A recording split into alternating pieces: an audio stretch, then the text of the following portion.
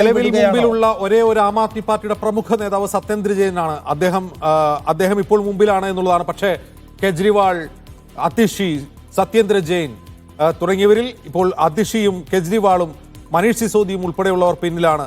ആകെയുള്ള സത്യേന്ദ്ര ജെയിൻ മാത്രമാണ് മുന്നിൽ നിൽക്കുന്നത്. അത് തീർച്ചയായിട്ടും ആം ആദ്മി പാർട്ടിയുടെ ആത്മവിശ്വാസത്തിന് പോസ്റ്റൽ ബാലറ്റുകൾ എണ്ണുമ്പോൾ ചെറിയ പരിക്കേൽക്കുന്നു. തൗഫീഖ് അസ്ലം നമ്മുടെ കൂടെ ഉണ്ട്. തൗഫീഖ്, പോസ്റ്റൽ ബാലറ്റുകളുടെ എണ്ണൽ കഴിഞ്ഞോ? പക്ഷെ അത് പോസ്റ്റൽ ബാലറ്റുകളാണ് ഇപ്പോഴും എണ്ണിക്കൊണ്ടിരിക്കുന്നത്. 8:30 വരെ പോസ്റ്റൽ ബാലറ്റുകൾ എണ്ണുമെന്നാണ് നിലവിൽ ലഭിക്കുന്ന വിവരങ്ങൾ.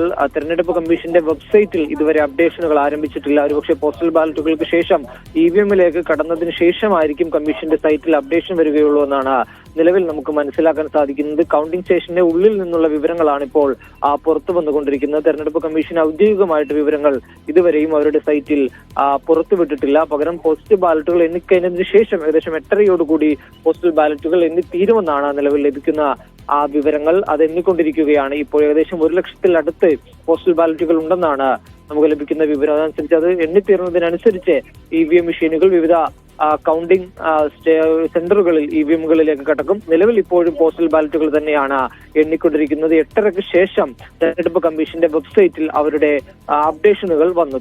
ഇപ്പോഴും പോസ്റ്റൽ ബാലറ്റ് എണ്ണുകയാണ്. PR അരവിന്ദ് കൂടി. അരവിന്ദ്, ഇപ്പോൾ 15-6 എന്നാണ് നില. Aam Aadmi party 6, BJP 15. 1 ലക്ഷത്തോളം പോസ്റ്റൽ ബാലറ്റുകളുണ്ട്. ചില്ലറയൊന്നും കോൺഗ്രസ് ഒരു സീറ്റിൽ കൂടി വീണ്ടും തിരിച്ചു വന്നിട്ടുണ്ട്. ഒരു സീറ്റിൽ കോൺഗ്രസിന് വീണ്ടും സാന്നിധ്യം അറിയിച്ചിരിക്കുകയാണ്. അരവിന്ദ്, ഇതൊരു സൂചന എന്ന നിലയ്ക്ക് എടുക്കാമോ? ട്രെൻഡിന്റെ സൂചനയായിട്ട് എടുക്കാമോ? നിഷാദ്, പോസ്റ്റൽ വോട്ടുകൾ ഒരു ട്രെൻഡായി കണക്കാക്കാൻ സാധിക്കുമോ എന്നത് നമുക്ക് പറയാൻ സാധിക്കില്ല. കാരണം ഹരിയാന നിയമസഭാ തെരഞ്ഞെടുപ്പിലെ പോസ്റ്റൽ വോട്ടുകൾ എണ്ണിയപ്പോഴും അന്ന് കോൺഗ്രസിനാണ് വലിയ രീതിയിലുള്ള ഒരു അഡ്വാൻറ്റേജ് അവിടെ കാണിച്ചത്. പക്ഷെ അവസാനം എത്തിയപ്പോൾ നമ്മൾ അവിടുത്തെ ഫലം കണ്ടതാണ്. അതുകൊണ്ട് തന്നെ എത്രത്തോളം ഈ പോസ്റ്റൽ വോട്ടുകളെ ട്രെൻഡ്, പക്ഷെ എക്സിറ്റ് പോൾ ഫലങ്ങളെ അല്ലെങ്കിൽ അതിനെ ഒപ്പം നിൽക്കുന്ന ട്രെൻഡുകൾ തന്നെയാണ് ഇപ്പോൾ ആദ്യ മണിക്കൂറിൽ കാണുന്നത്. 16 സീറ്റുകളിൽ BJP എത്തുമ്പോൾ ആം ആദ്മി പാർട്ടി 6 സീറ്റുകളിൽ എത്തുന്നു. അതുകൊണ്ട് തന്നെ എക്സിറ്റ് പോളുകൾക്ക് അനുകൂലമായ രീതിയിൽ തന്നെയാണ് ഇപ്പോൾ ഫലം പോകുന്നത്. പക്ഷേ നമുക്ക് വെയിറ്റ് ചെയ്യണം. ഒരു 9 മണിയോടുകൂടി മാത്രമായിരിക്കും ഒരു ഔദ്യോഗികമായ ഒരു സ്ഥിരീകരണം. കാരണം ഇലക്ഷൻ കമ്മീഷന്റെ ഔദ്യോഗികമായ ഫലം വന്നിട്ടില്ല. അന്ന് ഇത്തരത്തിലുള്ള വലിയ രീതിയിലുള്ള വിവാദങ്ങൾ ഉണ്ടായതാണ്. എന്തായാലും ഇലക്ഷൻ കമ്മീഷന്റെ കൂടി ഔദ്യോഗികമായ ഒരു സ്ഥിരീകരണം വരേണ്ട ഒരു സാഹചര്യമുണ്ട്.